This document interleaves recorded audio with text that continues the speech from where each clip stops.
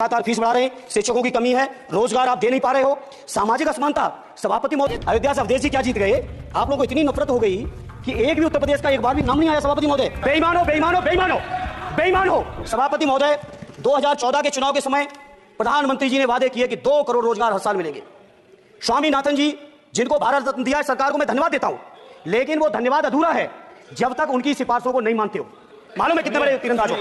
बेईमान हो, बेईमान हो, बेईमान हो, बेईमान हो, बेईमान हो। चलो सभापति महोदय, नौजवानों को कितना गुमराह किया गया। नौजवानों से कह दिया गया हर साल 2 करोड़ रोजगार। मैं आज सवाल पूछता हूं अपने नौजवानों की ओर से, बताएं भारतीय जनता पार्टी के लोग, सरकार में बैठे लोग, 10 साल आपने राज कर लिया है, आखिर 20 करोड़ नौजवानों को रोजगार कहां है?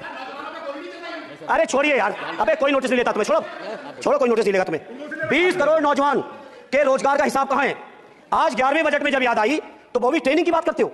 मैं कहना चाहता हूं IIM, IIT के नौजवानों को रोजगार नहीं दे पा रहे हो। आप सोच रहे हो इंटेंसिव के इस छोटे से सुगूफे से नौजवान खुश होंगे? देश के नौजवान खुश होने वाले नहीं है। सभापति महोदय, शिक्षा के मसले पर लगातार बजट घटाया जा रहा है, लगातार सरकारी शिक्षा कम की जा रही है, और ये बीजेपी की सरकार की लगातार प्रयास है कि नौजवान शिक्षित होंगे तो सवाल पूछेंगे। देश की JNU से लेके BHU से लेके MU से लेके जितने बड़े संस्थान हैं, सारे संस्थानों को बर्बाद कर दिया है। एक भी दलित, एक भी पिछड़े, कहीं आपका वाइस चांसलर नहीं है। लगातार जितने भी आपके professor, associate professor, assistant professor की नियुक्तियों में RSS का जब तक कोई फंडामेंटल कोर्स नहीं करेगा, बेसिक कोर्स, तब तक उसकी नियुक्ति नहीं होगी। आप क्या सोच रहे हो? देश नहीं देख रहा है नौजवान?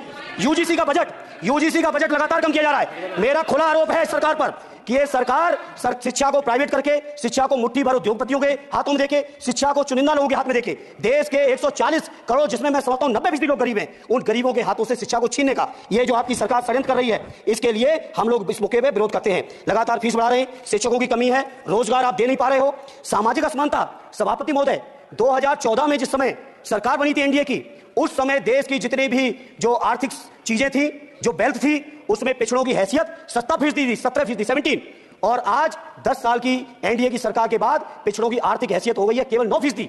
इसलिए सभापति महोदय, इन सभी समस्याओं के लिए मैं आपसे कहना चाहता हूं कि इनका समाधान करिए, और नहीं समाधान करेंगे तो अभी तो बैसाखी पे बन गए, बिहार और आंध्रा को पैकेज देखिए प्रदेश में कितने राज्यों को पैकेज दे पाओगे। अरे वित्त मंत्री जी, उत्तर प्रदेश से आते हो, इतना भी हक नहीं कि पूरे बजट भाषण में एक बार उत्तर प्रदेश का नाम आ जाता। इतना अयोध्या से नफरत हो गई।